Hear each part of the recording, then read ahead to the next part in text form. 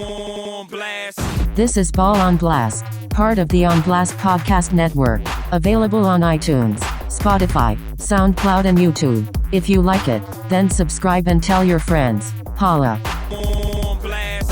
Thank you. You're far too kind to tuning in once again to another edition of the Ball on Blast podcast, where we discuss any and everything both on and off the court in the best league of the world, the NBA. As always, I'm joined by my dude, Mr. Andrew Webster. Webby, what is good? I came on this podcast the last time, or maybe the last time, maybe the second to last time, and pronounced LeBron James as the MVP. I have now walked that incredibly back. I need an absolute mulligan on that right now, because while he is having a great season, there is only one MVP, and we will get to it. But I needed to come out as soon as this podcast started and give a mea culpa to this, to the Sixers and Joel Embiid, because it's been amazing. It's been amazing what he's been doing. I like your energy right now, Webby. Absolutely. We got a big game tonight, Shelly. We got a big game tonight.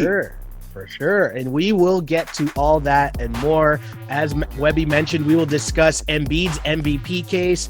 We'll talk about how AD's injury will hurt the Lakers going forward, why no one actually believes in the Utah Jazz. There's a couple bigs that could become on the market soon in terms of Andre Drummond, Blake Griffin, and Boogie Cousins. We'll discuss where they could end up. We'll talk a little bit about the NBA All-Star Game and the starters getting announced. And I got some news. On a new job, which we'll discuss at the end of the pod in our Ask on Blast segment. But of course, we start each and every episode of the Ball on Blast podcast talking about your Toronto Raptors. And the Raptors, we're recording this before the Raps take on the Sixers Sunday night. So either way, regardless of the outcome tonight against the Sixers, I think the Raptors are definitely back in the playoff mix and back to respectability. They got to the 500 mark after a wild roller coaster game against the T-Wolves. But what do you make of the Raptors' recent run back to respectability? Well, it's been a great February. And the thing is, they had a nice kind of soft schedule at the beginning of the month, but when I looked at going into this past week, I was like, whoa, man, there's some really big tests here with the two against Milwaukee, a couple other games. But I'll tell you, their consistency has really started to show up. They got OG back, which is huge for this team, but they're kind of falling into their roles. This is what we were a little worried about and what they struggled with at the beginning of the year, with a lot of the change, the turnover, the new players. How are these guys like Fred, who got paid, going to find his role where it falls on this team? A couple of the younger guys, a couple of the veterans that they brought in, but now it's all starting to coalesce. And honestly, even with the injury problems that they've had with Lowry and OG, things like that, that seems to be their consistency through the last couple of years. Like losing guys for a week here, a week there seems to be what happens with the Raptors. So these little losses that they have in terms of on the roster don't seem to affect them as much as they would other teams. So they're kind of getting everything into gear. They've got a great coach, obviously, but these next two games against the Sixers, that'll be a really big barometer of where they stand. I thought how I feel about the Bucks and about Giannis. They're complete pretenders, and that's a team that other teams have figured out completely. And we thought that a Drew Holiday deal was going to make them into like world beaters this year. They look like the same team that they've looked like the last couple of years. Hold on. In fairness, like they were 0-4, 0-5 without Drew Holiday. Like Drew Holiday is the reason why, because here's the thing, right? Giannis has been taking teams into the playoffs, making second round exits, but having solid regular seasons with the second best player being Chris Middleton, right? Yeah. So all they've done is just gone. But they've gone back to having Middleton being their second best player. Like Drew Holiday, that's not good. Will help I agree. And so their struggles, like they were playing well before Drew Holiday was out with whatever. I think it's health and safety protocols Holiday's out with. Yeah, but playing well and being the number one seed in the East and reforming what your team needs to be to have longevity, long success during this season and postseason, doesn't seem like that's what Milwaukee has done.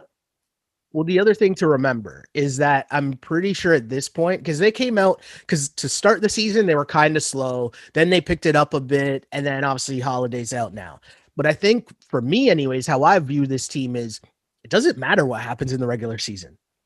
Right. Like they could finish wherever in the standings, and all that's going to matter is what they do in the playoffs. So as long as Holiday is back and they kind of figure out their rotation, they figure out their hierarchy in terms of the role definition, what's needed from their stars in terms of Middleton and Drew Holiday, that's what's going to matter. And for the Raptors, I feel like those wins against the Bucks, which are two massive wins for the Raps, it was a bigger deal for the Raps, if that makes sense. We know the Bucks need Drew Holiday. We know that without Drew Holiday, they're in trouble because we know Middleton's not it. So to me, it told us a lot more about the Raptors being back in terms of where they need to be, right? Or where their kind of ceiling lies in this regular season and into the playoffs, because they just showed that, okay, well, Kyle Lowry goes down. Okay, we still got the depth. We're seeing that Fred VanVleet is now, taking over as being the leader going forward. Like you're not that you were ever worried about what happens in case Kyle's gone after next season, but now you're seeing Fred VanVleet being the leader of that team. Norman Powell in the starting lineup. I wrote the numbers down here. In December, he was averaging 8.8 points per game. In January, up to 16 points per game. And now in February, 22.6 points per game.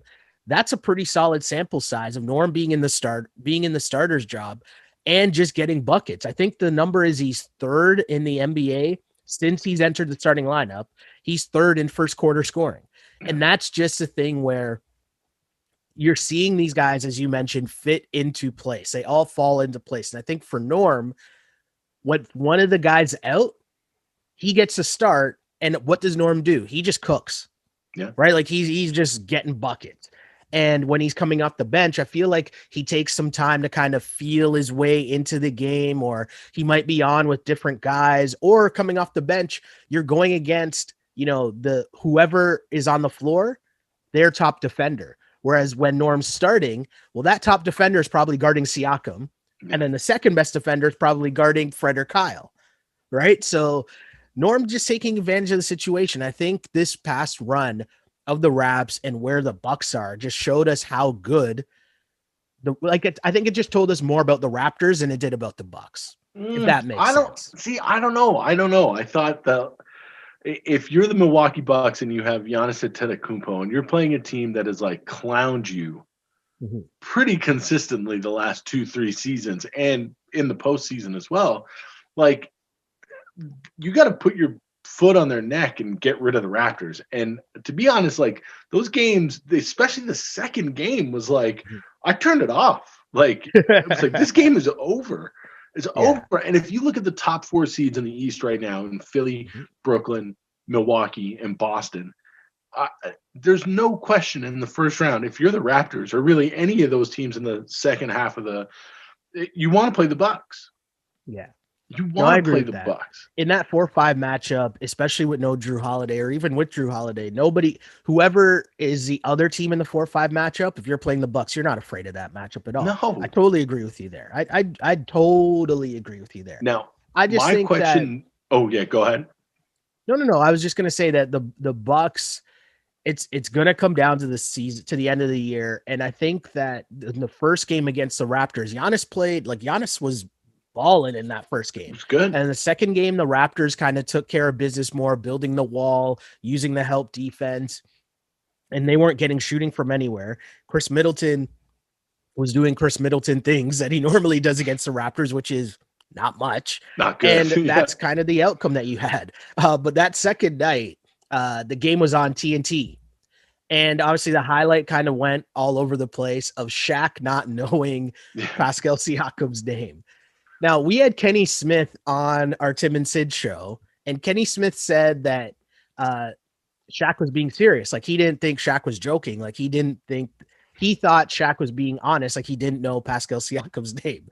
What did you make of this whole situation that kind of went pseudo viral? Were you taking it seriously? Were you kind of upset that Shaq doesn't know Pascal's name? Like, what did you think? No, no. Are you kidding me? These guys, they literally have a segment on the show called Who He Play For.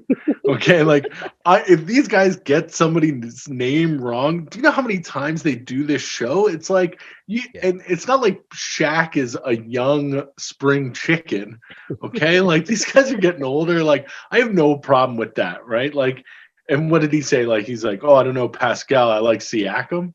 Yeah. Like, hey, as long as you know the name on the back of the jersey, you're good, right?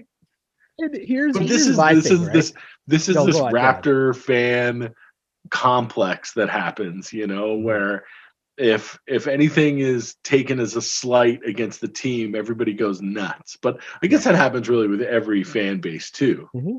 Yeah, no, totally. But, for me, it's like it's Shaq. Like he's on TV, not because he's a great analyst, not because he's breaking down game film. He's on TV because he's Shaq. That's it. Right? And he's having a great year on TV. I think Shaq's been great. I also think Shaq, I think for Shaq, right? We know that Shaq's not watching Raptors games. Like, let's keep it a buck for a second. We know that. We know most American media people, no matter who they are, unless the Nets or like the Lakers are playing the Raptors or the games on TNT, they're not watching the Raps. Right.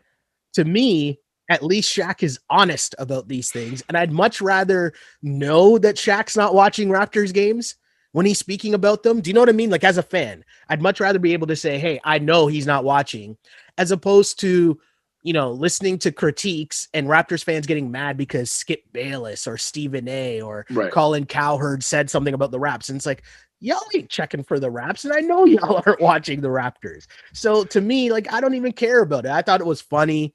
I was entertained. I laughed about it. And that's just Shaq. But as you said, it's a Raptors fan base complex of, oh no, we're being disrespected by the American media. And it's like, you know what? We'll talk about this team later on, but I don't think they're checking for Utah Jazz games either. I also don't think that Raptors fans are checking for Utah Jazz games either. And they're the best team in the league. So yeah, should Shaq as an analyst know Pascal Siakam's name?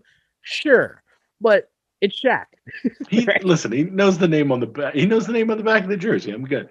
Now, the question real quick, I know it wasn't on the rundown, but in terms of a deal right now, if you're Masai, what are you cooking up right now? Because there's deals to be made. There's people, there's sellers and there's buyers. And right now, looking at the Raptors at 500, easily striking, within striking distance of getting into a top 4 seed of, hosting a playoff game, as it were. Could you bring back DeMar DeRozan? No, there's not going to be something major from the Raptors. There will not be a major addition made by the Raptors. You might get like a big guy added, but it's not going to be a high profile name. It's not going to be like Drummond or something like that. You're going to get like a mid-level, like I dare say like a Baines, Alex Len type. Like you're just going to get another big body, I think. Really? That would be my assumption. I just think because the way there's so many other things at play going forward, I think they've also found something with going small and just realizing, hey, we know that if we go up against Joel Embiid, and we'll see that later on tonight, obviously, we're in trouble for sure. We'll need Baines' 6 fouls and use his 6 fouls accordingly. But overall, our best lineup is going small, and they've kind of unlocked something. And it's something we've been talking about here. We talked about it on the Wrap It Up pod for the longest time. What happens when OG comes back? And I've always been saying, just go small, get your best players on the floor for as much as possible. And, especially to start the games. So to me, I don't think the need to go out there and, give up assets to get a big guy, like who's really available that's going to put you over the top, so to speak, right? Like trading Norm and then other pieces to get Andre Drummond makes no sense at all to me. Never has, never will. So I don't really think that's a realistic thing to begin with. So I don't know. I don't see a move being made. I'm kind of glad that the Raps are at least back in that playoff mix so that you kind of ease off of the Kyle Lowry trade talk thing. Yeah. Yeah. Cause there's no real right answer to that because I've always believed it just comes down to what Kyle wants. And so as long as they're still in the mix and they're doing all right, I would assume that he wants to stick around and play it out. Like he enjoys watching these guys develop into them being the leaders in terms of Freddie and Pascal and Norm. And I think he likes seeing that and he'd want to see that through. So I don't know. That's just me. Could be wrong. Hey, we could find out next week. Masai is working his magic and pulls off some big deal. So, well, listen, like going small right now, tonight and Tuesday night may not be the smartest move because you're running into the best player in the NBA right now. Well, that's a very solid segue, Mr. Andrew Webster. So as mentioned, we're recording this before the Raptors and Sixers game on Sunday night. But of course, we lead to your boy, Joel Embiid, who's on an absolute heater, fresh off of a 50 point, 17 rebounds, 5 assists, 4 blocks, 2 steals. The first Sixer to drop 50 points since Allen Iverson dropped 53 in 2005. Is he the MVP right now? Is it that obvious right now for you, Webby? Yeah, he's the MVP right now. I know we had a lot of fun with LeBron and what he did to the Cavs in that fourth quarter, kind of made his statement of like the guy was yapping at him. That was great for narrative. But when you see what Joel Embiid has been doing like not just coming out once in a while and having a tremendous game night after night and putting up at least 30 points, at least 12, anywhere from 10 to 15 rebounds, and really changing his game from what it was the last couple of years to what it is now, and really turning back the clock in the NBA of what we thought a successful player his size could do, right? We've been told over the last 5 years, 10 years that you need to be able to shoot the three, you need to be able to stretch the floor, you need to be able to do this, but Joel Embiid has gotten himself into shape, and his footwork down low and what he can do with the basketball in his hands in the post, whether it's high post or low post, is unstoppable. And it's kind of the pendulum is swung, right? So teams are, like you say, going small. We don't need a big guy. But that pendulum is now swung so far that when you introduce a force like Embiid down there, he can take over games. And that's what he's doing. He's taking over the league. And it's absolutely disgusting. And then now, too, what you're seeing is Ben Simmons had a terrible start to the year. Wouldn't even shoot the ball, maybe shooting the ball 7-8 times a game. He's now starting to get a little more confident coming from the defense, leading into offense. And now those two, whereas we were wondering a year or two ago, could they play together? Now it's really starting to click, and it all stems from the force that Embiid is down low.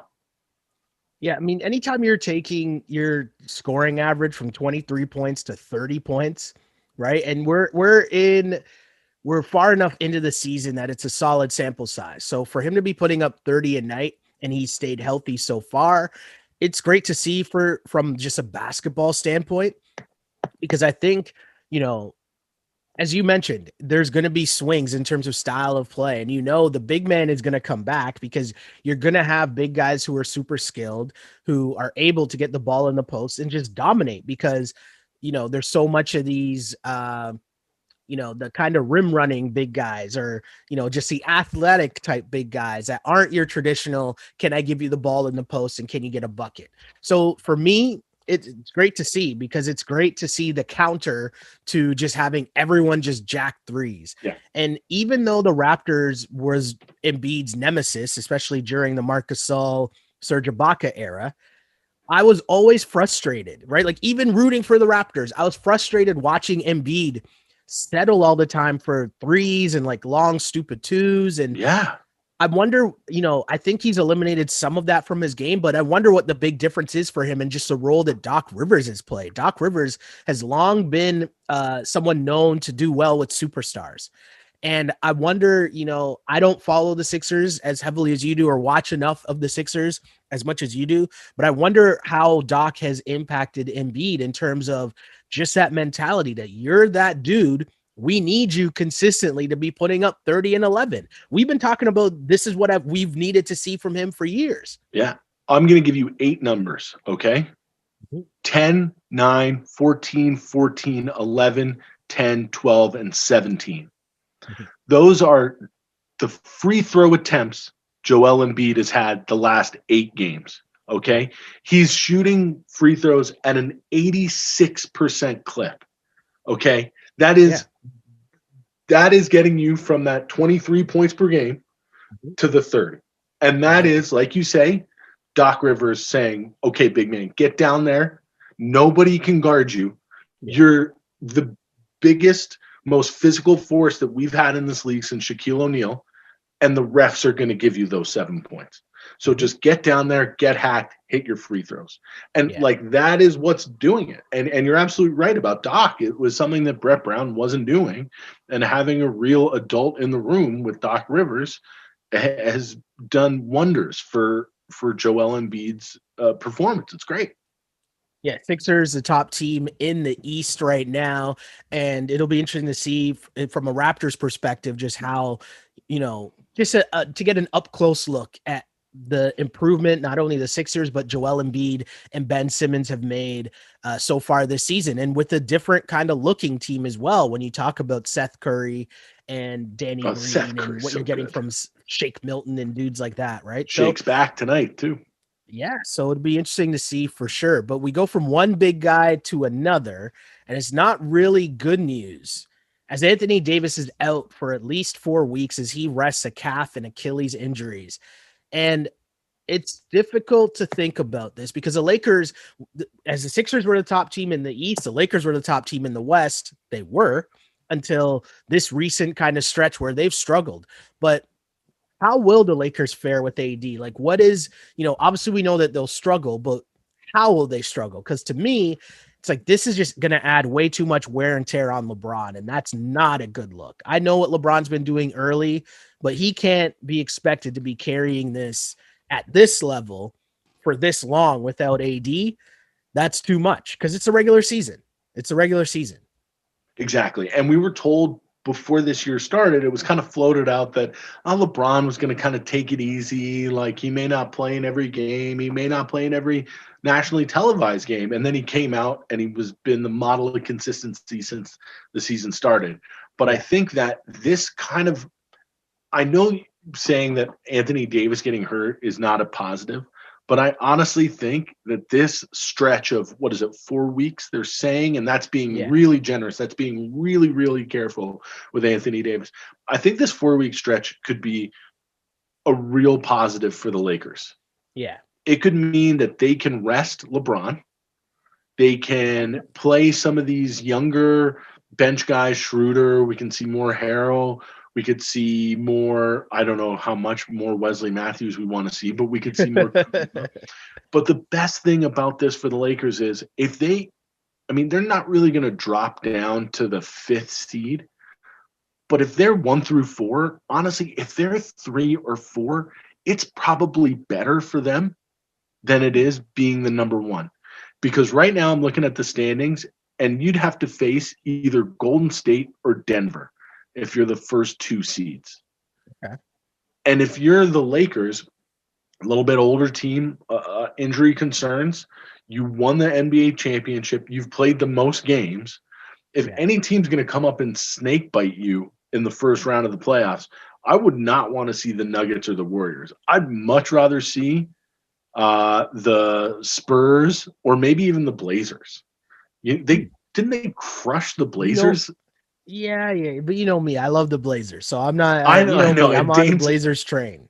But what I'm saying is real right now. But I know what you're saying. I get what you're saying. The style of play, missing the Warriors, not being that number 1 seed, maybe not the worst thing. We're gonna get to the Jazz soon, but that's a team that the Warriors ostensibly could beat in a 7-game series, and we wouldn't be surprised. I'd be surprised. I don't rate the Warriors at all. I think they're a nice team. I just don't think they beat really, really good teams.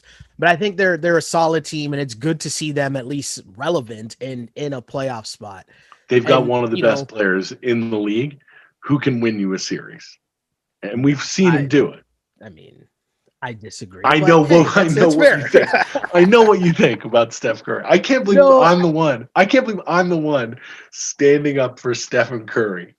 No, I think that hey, the Warriors and what they've been able to do this season has been incredible, right? Like, it's a testament to Draymond, I think, and Steph for sure, and just the leadership that those two dudes provide to a roster that you're seeing Kelly Oubre struggle and have a roller coaster season. You're Been seeing people good the on the last Wiggins week. trade. True, but you're seeing him improve slowly, and you're seeing Wiggins, right? A lot of people talking about the job Wiggins is doing in terms of being a solid defender and knocking down open shots, and you're seeing him fit into a pretty solid role with that team. So it's nice to see. But in terms of the Lakers, to me, the regular season doesn't matter. Like, you just Yeah. need Anthony Davis healthy, and so even if you got to be resting LeBron, so you're playing games without LeBron as well, to me it doesn't matter if you fall No. to 4 or 5 or 6. Like, again, because there's no fans as well, so that's another thing that what does home court advantage really kind of mean? It just means travel at that point, right? So Mhm. to me, I'd rest LeBron and just make sure that AD and LeBron are good for the playoffs. But it does worry me. It sounds eerily similar to the Kevin Durant thing in terms of, oh, it's a calf. Oh, it's a slight Achilles. Oh, he's going to just rest it for 4 weeks and then come back. And it's like, this just doesn't sound good. And I'm knocking on I wood know. because obviously we Yeah. don't want to see that happen. But, you just got to play it safe and know that you need AD for the playoffs.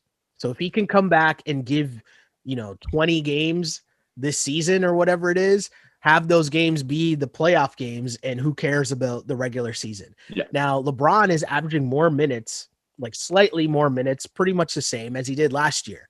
That can't happen, right? And I mean, they've lost games this week to their without AD, they can still beat most teams. Against the top teams, like they've lost to the Nets, they lost to the Heat, who are kind of making a push up the standings right now. They're not going to be able to beat the really good teams without Anthony Davis, right? The supporting cast is Not good, good enough. but not that good to beat top tier teams. So for me to watch that and see where the Lakers are, Schroeder being out is also a really big thing. Like, if AD is out alone, that's big. But losing Schroeder as well, what he brought just in terms of another playmaker to also ease a lot of the pressure off LeBron. Yeah.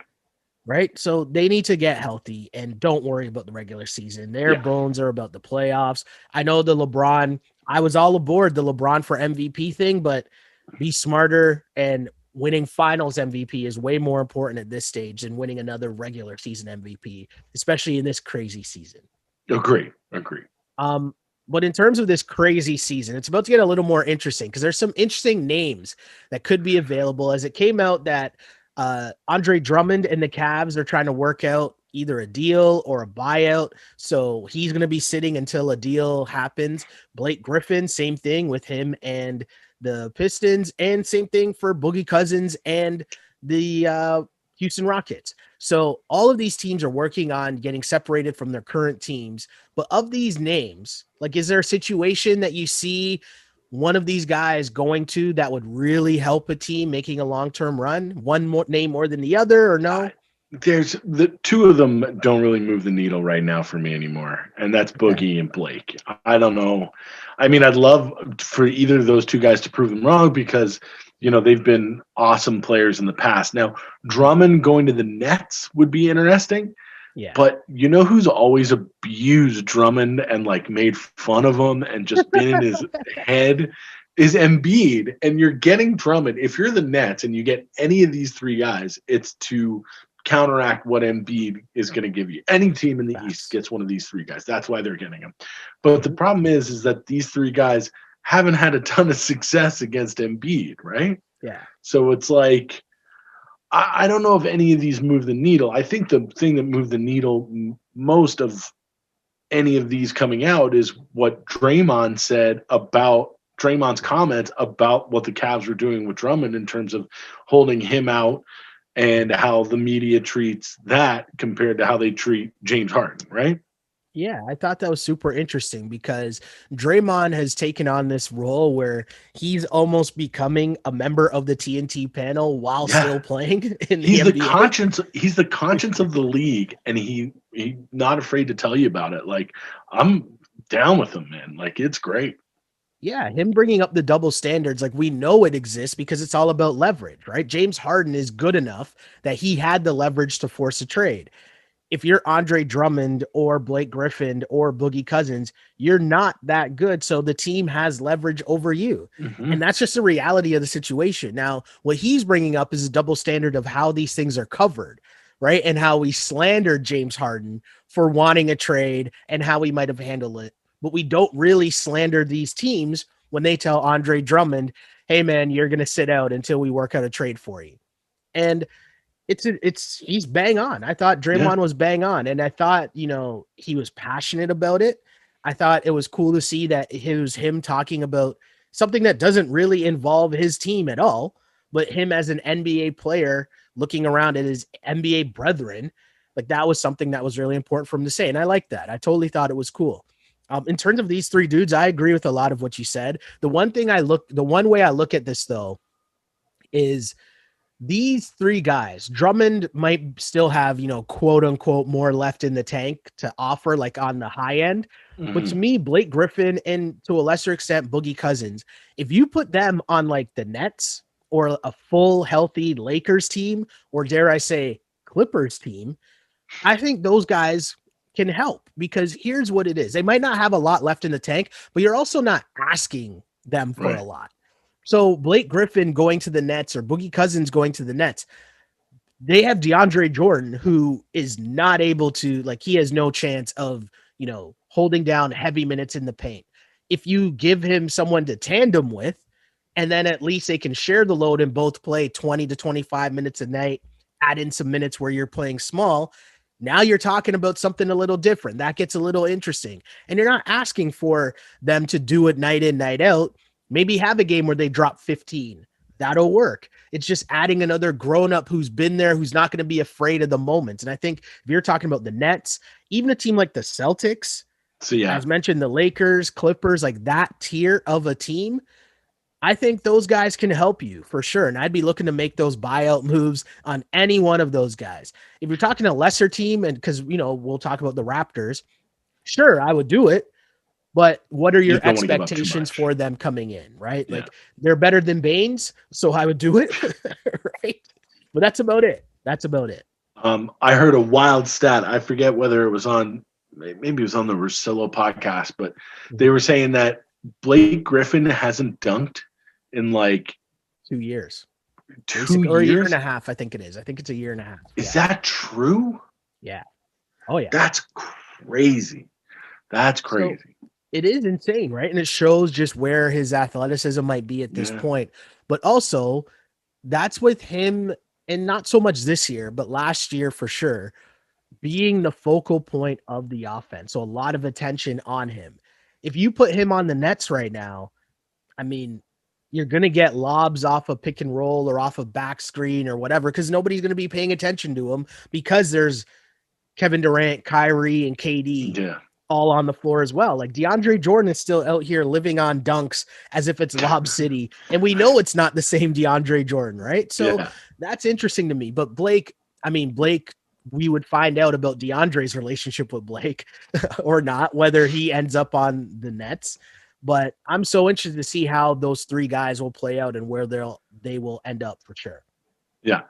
That's what I want to see. But I have a question for you, Mr. Webster. There's a team that, as of the time that we're recording this, there's a team that's 24-6. They're 9-1 in their last 10, far and away have the best record in the NBA. Fun team to watch.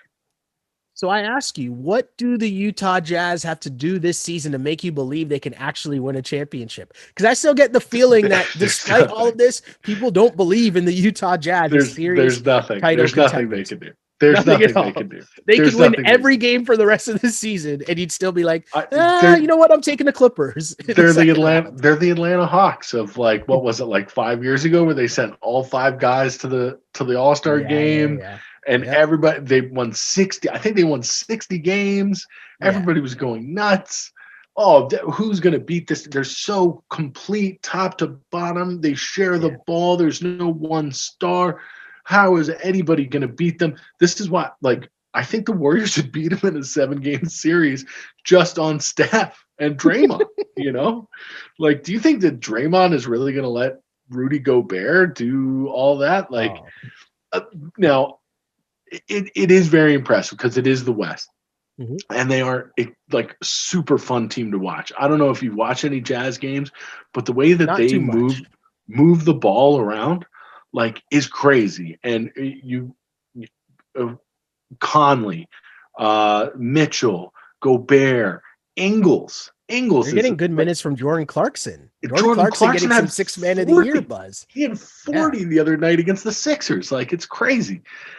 They've got a great team. They've got a great coach. But in all reality, can they beat the Lakers or the Clippers in a 7-game series? Right? Can they? I wouldn't bet on that. So no, and that's the thing. And it's funny, they were talking about this on Lebitard show. And it's so true. It's like my total basketball watching life, like, you know, where I'm able to actually critically think about the game of the NBA. I've never believed at any point that the Utah Jazz were going to win a championship. You go back to that Stockton and Malone team. I never thought they were beating Mike, right? Maybe that second year. I never believed love it. that. I love that Darren Williams, Mehmet Okur team like that. Right? I thought they were going to beat the Lakers. I did. They were solid. They had some runs, but Kobe was like, nope, not going to be able to do it. You're the Jazz. Right? You're the Jazz. Sorry, not going to happen. And you got whatever era it is, the Utah Jazz have good, solid teams. And I'm still like, nah, not going to believe it until I see it. So, and that's going to be the same thing this year. They're a good team. And you mentioned it. They got a lot, like Mike Conley has fit in a lot better this year. I think when he first got there, it was a bit tough for him to figure out how he did. Yeah. How he fit in the offense, right? Because it is a lot of ball movement within their offense. And he is, you know, a high usage point guard in terms of holding the ball and running pick and rolls and stuff like that. So how would that fit in? Same thing with Jordan Clarkson. He's kind of had a resurgence in his career in terms of finding a role where he can just come off the bench and cook. And you mix that in with the emergence of Donovan Mitchell. You have the defensive pillar in Rudy Gobert. That's a well-rounded, solid team. But as we say all the time on this On Blast network, there's levels to this shit. And I know Kawhi ain't looking up at Joe Ingles and being shook, right? So LeBron James. I'm just super interested to see how this plays out. Yeah. Even that's what I said about that first round series. I don't see Stephen Curry and Draymond Green being like, the Jazz. Like, no, they'd be an 8 seed going in there and being like, no, we're going to beat the pants off this team. Yeah. Like, we're not scared of this number 1 seed. Like, that's just how it goes. Yeah, super interesting stuff for sure for the Utah Jazz. We'll continue to follow along that story. I can't believe we're so like dismissive of a team that's having this kind of a season. We're just like, whatever. They're terrible. It's just a franchise I've grown up with, right? And for all the Raptors fans that upset about the U.S. media always talking about the Raptors in this context, just realize that we do the same thing about the Utah Jazz. Yeah, right? And also realize that if you're a Toronto fan, you have a baseball team, you have a hockey team, you have a basketball team. In Utah, they only got the Jazz. Okay, that's it. That's it. That's all they got. And they still don't care about that team. Yeah, that's crazy. Let's switch gears a little here and talk about little NBA All-Star action. And I'll say this first off, like, I'm not gonna have the debate about whether they should or shouldn't have an All-Star game. I think we all are pretty much on the same page in terms of we know why they're having an All-Star game. Yeah. It's about money. Like, that's it. And so us like debating it or whatever, like, they're having a season when the only reason they're having a season again is about money. And Bomani Jones made a really good point about it that I never really thought about. And he was saying that, you know, he's been at home this whole time during the pandemic and still being able to do his job at home and still being able to collect checks doing his job at home. And he's like, I kind of have a tough time telling other businesses who can't do that what they should and shouldn't do, like on a moral tip. Yeah. Right. And I understand that totally. And despite whatever we think, just because it's millions and billions of dollars.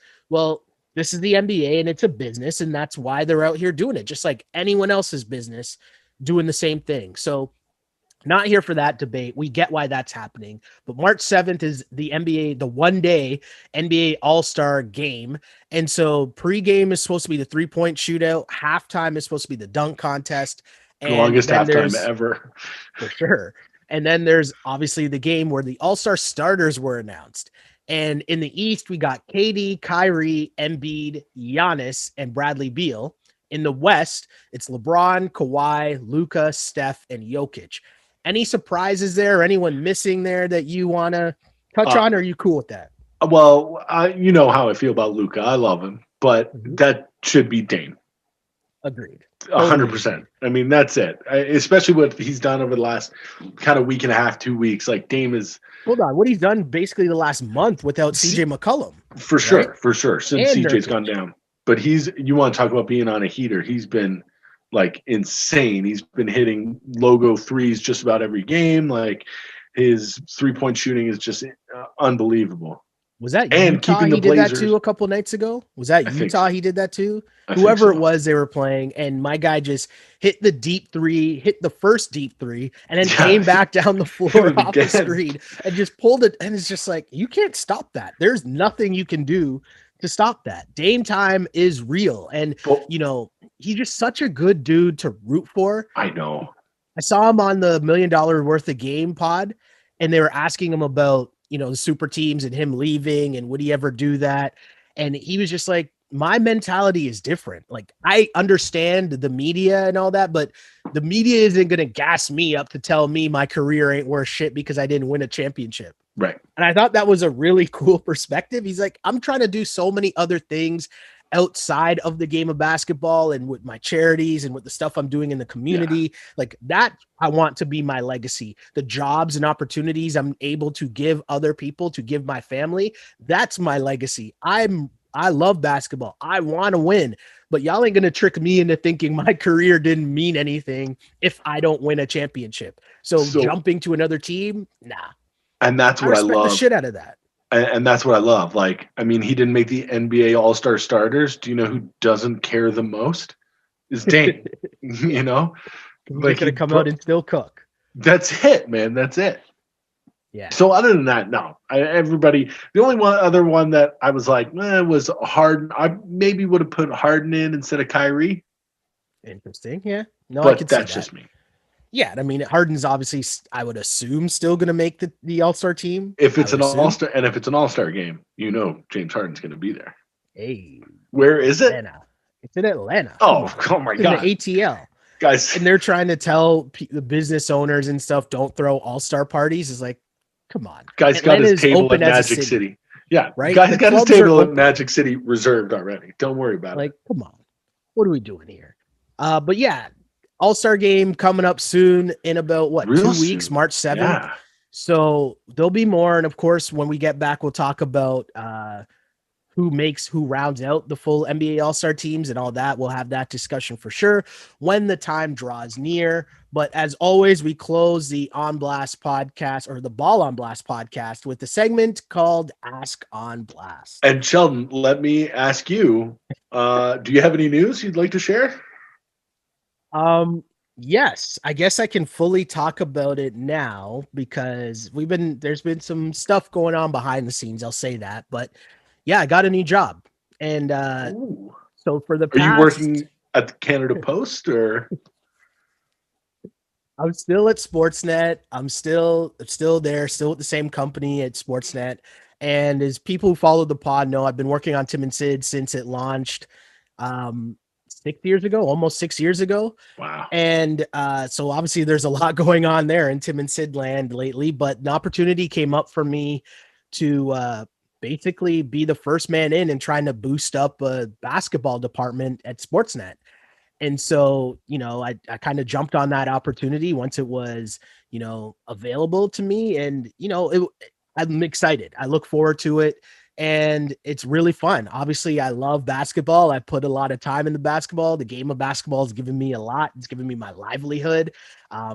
I work every day on a sports show and then come home to talk about basketball most often than not. So this job is really exciting for me. And it's a great opportunity to try to keep pushing the game forward, not only in this country, but on a bunch of different platforms and stuff. And that's really cool. And this content creation game is a fun one. And I love it. So to say that my sole focus now is going to be on the Raptors broadcasts that are on Sportsnet, I can't wait to start. It's going to be a lot of fun. And I'm excited because I get to talk about it on this platform that we created, because this platform that we created is such a huge reason and a huge part of me being able to get a job like that. So I don't take that for granted. And I'm still going to be doing all this stuff here on the On Blast Network, doing our Ball on Blast pod and wrap it up and all that stuff. So don't worry, that stuff's not going anywhere. For now, there could be some other stuff bubbling, but we'll deal with that when that time comes.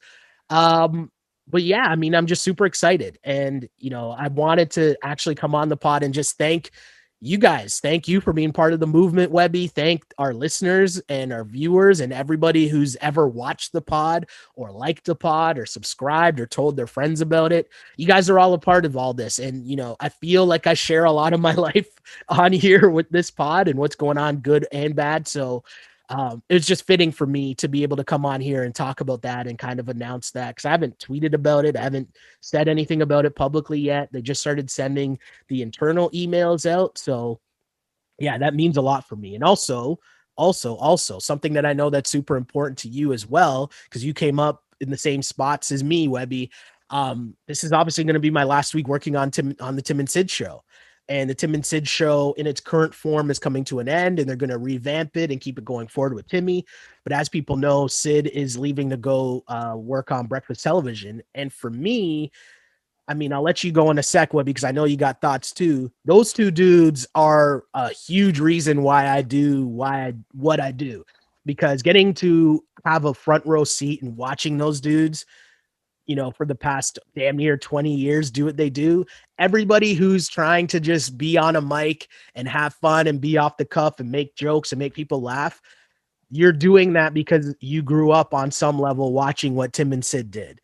And I don't say that lightly. I don't take that for granted. I mean, I worked at the Score way back when, or wanted to work at the Score way back when, because of moments like just having the wheel on a loop over and over again, because the Score was the only place showing basketball highlights. And I remember hearing a dude yell T-Mac to the rack, like, whoa.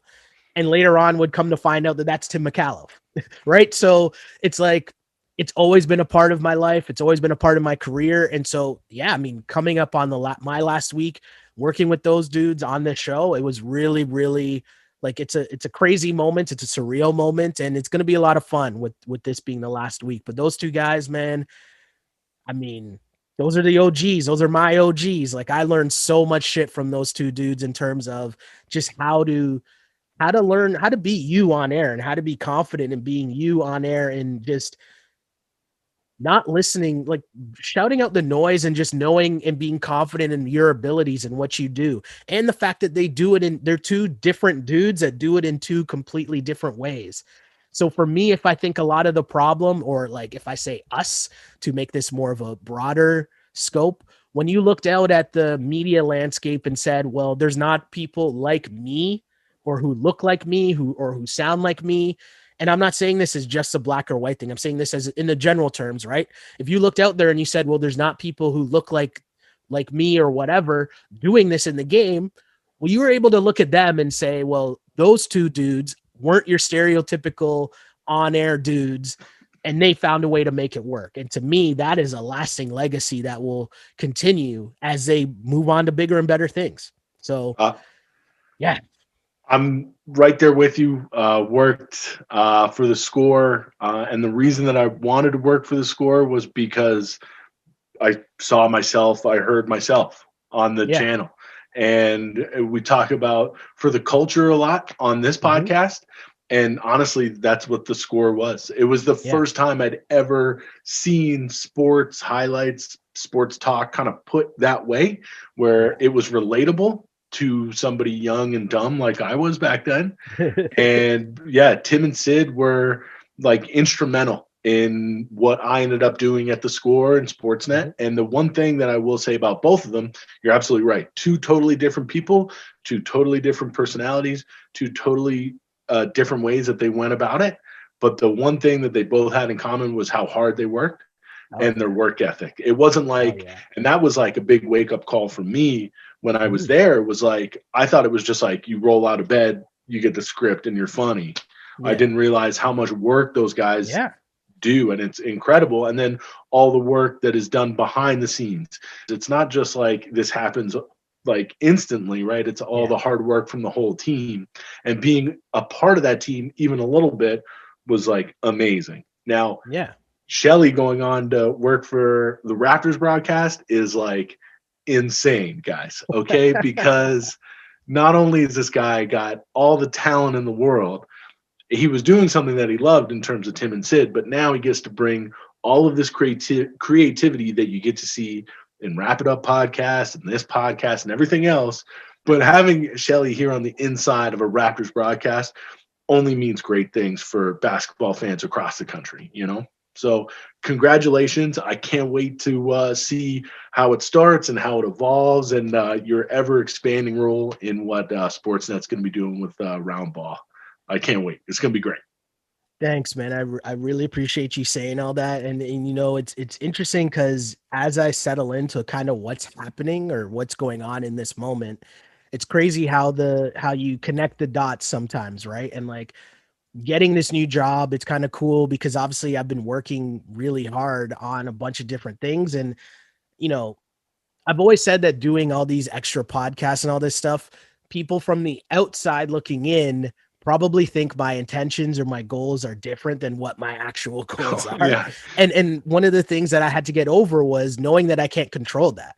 Right. And so then not worrying about it and just knowing that in my mind, I know the things that I want to accomplish and the things that I want to be able to develop and do all that. And so it's really cool to get the opportunity and have someone want you to be a part of their team and develop and build their team. So I'm really excited on that end. But the thing I will say in terms of connecting the dots, people would always ask and wonder like, yo, man, like how or why do you work on a show during the day and then come home and do all these other pods? And to me, it always just seemed normal. And as I connect the dots, the reason why it seemed normal was because I came up under motherfuckers like Sid, Tim, Cab. Like those were the dudes that when I first came into the industry that I was looking up to, and I seen them bust their ass. So that's the only way I know, right? Like the mentality was always to work hard.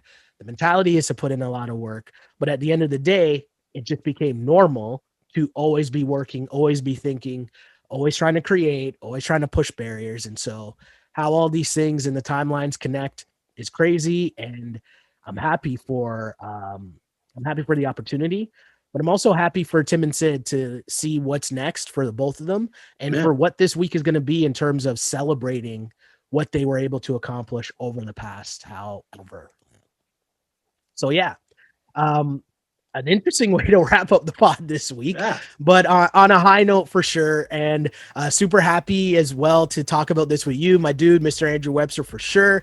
And where can the people find you though, man, to talk about Embiid or slander Embiid because they're salty after the performances that are coming up against the Raps? Bring me your Embiid slander. On Twitter at awebster84 and on Instagram, same thing, at awebster84. And you can find me still on Twitter talking shit at Shell Alexander, on Instagram at Sheldon Alexander. Like and subscribe to the podcast wherever you get your podcasts, on Apple Music or Apple Podcasts, pardon me, Spotify, SoundCloud, and on YouTube. YouTube, just go on and search On Blast Podcast or Sheldon Alexander. Like and subscribe there. That's really how you support and really keep the train moving on these things and these things that we're doing here. Yeah, just keep telling your friends. That's how we're able to build this and have an audience and have me get to a point where I'm able to show people in interviews, in meetings, and say, yo, this fan base exists. Like we can hit this fan base. It's proof of concept, right? And that's a really big part. So I don't take it for granted and I don't say this lightly at all. I mean it in saying thank you to everyone who's ever watched or listened or subscribed or told their friends about the pod. I really do appreciate it. And we also got a Twitch channel, which you can find us there as well. Sick. That's at just go to Twitch, and it's On Blast Podcast. You can find us there. So we're just continuing to build, man. Always continuing to build, and know that you always pay homage to your OGs that showed you a lot along the way as well. So huge shouts to that as well. And gonna wrap up here because I'm just starting to ramble a bit, get a little fired up, because there's lots going on behind the scenes with us and with the NBA, of course. So tune in next time for wherever we have this Ball on Blast podcast, and know that on the On Blast Podcast Network, we got Wrap It Up, which is still live after each and every Toronto Raptors game on all those platforms I just mentioned: Twitch, Twitter, YouTube, Instagram. And of course, we got the Challenge Pod still up and rolling each and every week, in the middle of a crazy season there as well. So lots going on the On Blast Podcast Network. Hit us up, send us your comments and questions, because I say this, and lately I've been saying it so much, and I don't know if I've meant it more, but I really did used to pray for times like this to rhyme like this. This is, what podcast is this? The Ball on Blast Ball on Podcast. Blast. It's one of them. That's how big the network is. This is the Ball on Blast Podcast. As always, unpolished and unapologetic. Until next time, see ya. Peace. This is Ball on Blast, part of the On Blast Podcast Network, available on iTunes, Spotify, SoundCloud, and YouTube. If you like it, then subscribe and tell your friends. Holla. On blast.